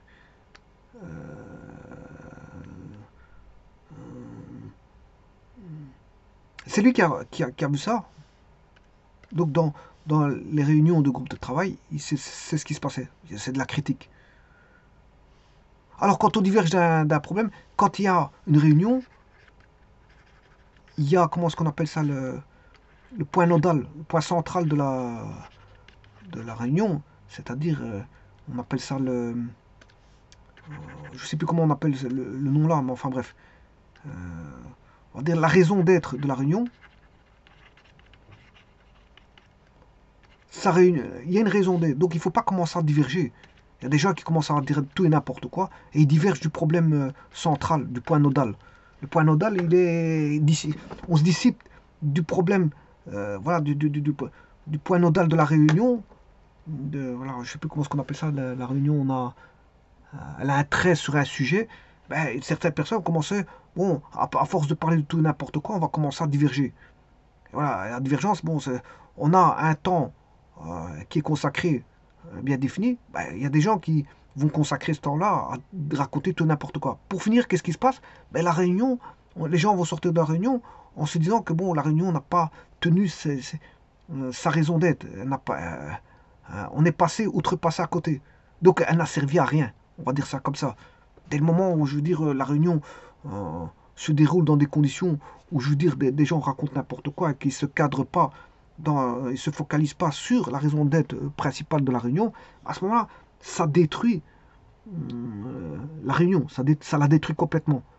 L'objet même de la réunion n'a plus sa raison d'être, puisqu'en fait, on s'est focalisé sur des aspects qui étaient autres que, je veux dire, des aspects, c'était des aspects étrangers à la réunion. Donc, on se retrouve avec, je veux dire, un temps perdu. Voilà. Donc, la plupart du temps, elle est basée sur la critique, et on va dire ce qu'on appelle la destruction des idées proposées par les uns et les autres. Alors, il y a une réponse à ça. Pour la réunion, à cause de cet entrefait-là, Alex Osborne a créé ce qu'on appelle, voilà, ce qu'on appelle le brainstorming. Le brainstorming, que je parlerai dans une autre vidéo. Bon, en tout cas, voilà, c'est pour vous dire que la créativité est fondamentale et que l'école nous apprend à réfléchir dès les bases voilà, du niveau les premières bases du niveau scolaire, c'est-à-dire déjà à partir des gardiennes, on voit les formes. Après les formes, on commence à prendre l'alphabet. Après l'alphabet, il y a un petit peu compter les premiers chiffres avec des chiffres. Puis on commence à compter avec des nombres. Et puis on peut commencer à faire voilà, des lectures. Après on commence à faire voilà, on commence à faire des conjugaisons, des bonnes phrases, etc. Puis faire du texte. Et ainsi de suite. On évolue. Et donc on apprend à, voilà, on s'adapte à l'environnement au fur et à mesure avec le temps. Et je veux dire, on monte graduellement pour finir, pour à apprendre à penser. Donc l'école nous apprend à penser, et l'entreprise nous apprend à nous former et à exécuter des tâches qui sont demandées par l'entreprise. Voilà. Et donc, bien sûr, la plupart du temps, dans les entreprises, il y a des réunions. De voir qu'est-ce qui va, qu'est-ce qui ne va pas. Voilà. Mais la plupart du temps, ces réunions sont gâchées par des gens qui disent, voilà, le tout et n'importe quoi.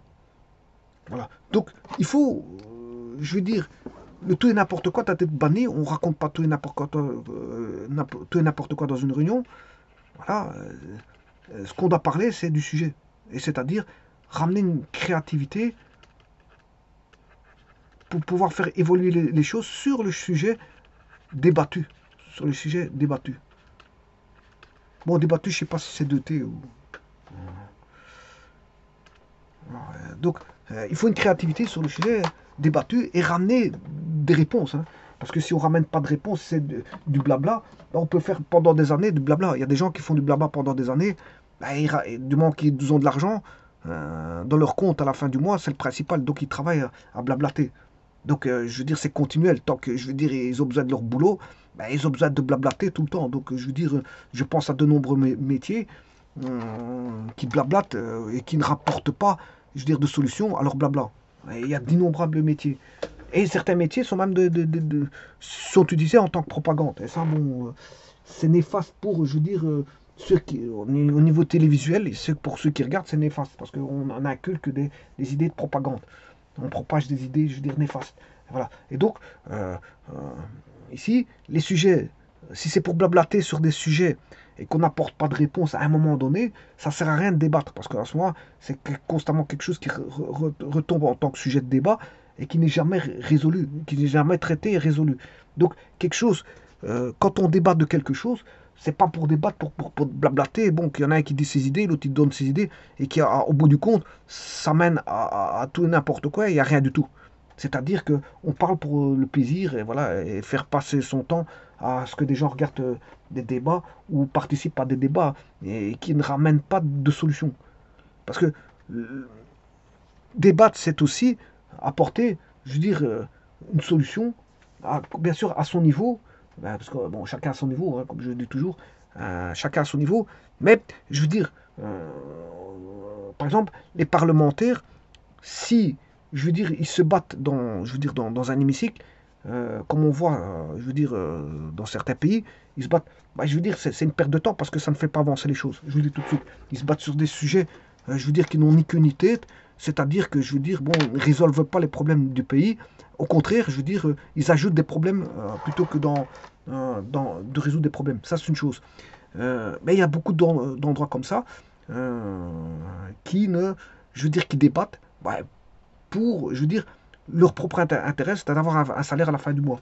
C'est-à-dire que bon, ils ne résolvent pas les problèmes, je veux dire, du citoyen, alors qu'ils sont payés pour résoudre des problèmes du citoyen. Donc, euh, une réunion, c'est fait pour débattre de sujets, sur un sujet bien précis et d'apporter des solutions au travers d'une créativité. Il faut de la créativité.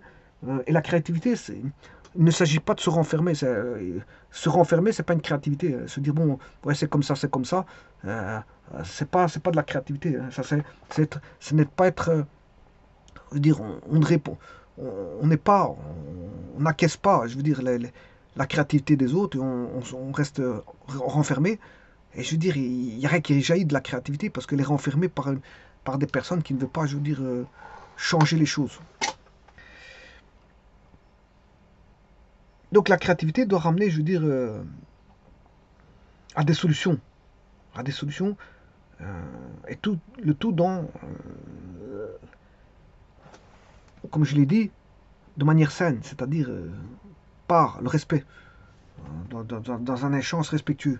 Alors quand on voit des lieux où il n'y a pas de respect, je veux dire, là, ça commence déjà, je veux dire, le mauvais présage à la, à la trouvaille de solutions. C'est le mauvais, voilà. Si maintenant, je veux dire, il n'y a pas de respect, je veux dire, certains seront renfermés parce qu'il y a de la, voilà, il n'y a pas de respect. Donc certains vont se renfermer par rapport à d'autres. Ils ne me respectent pas, donc ces idées, je les mets à la poubelle. Et là, ça n'a aucun. Alors, comme je l'ai dit au Parlement, c'est un lieu où, je veux dire, qui sont censés répondre voilà, à la donne des citoyens, mais s'ils se battent éternellement, continuellement, sans avancer, et qu'il y en a qui se renferment, d'autres, il y a de la, voilà, de l'irrespect, ben, je sais pas, un endroit comme ça, justement, où on trouvera des solutions, parce que justement, cet endroit-là, c'est justement un endroit qui pose problème plutôt qu'il répondre à des problèmes.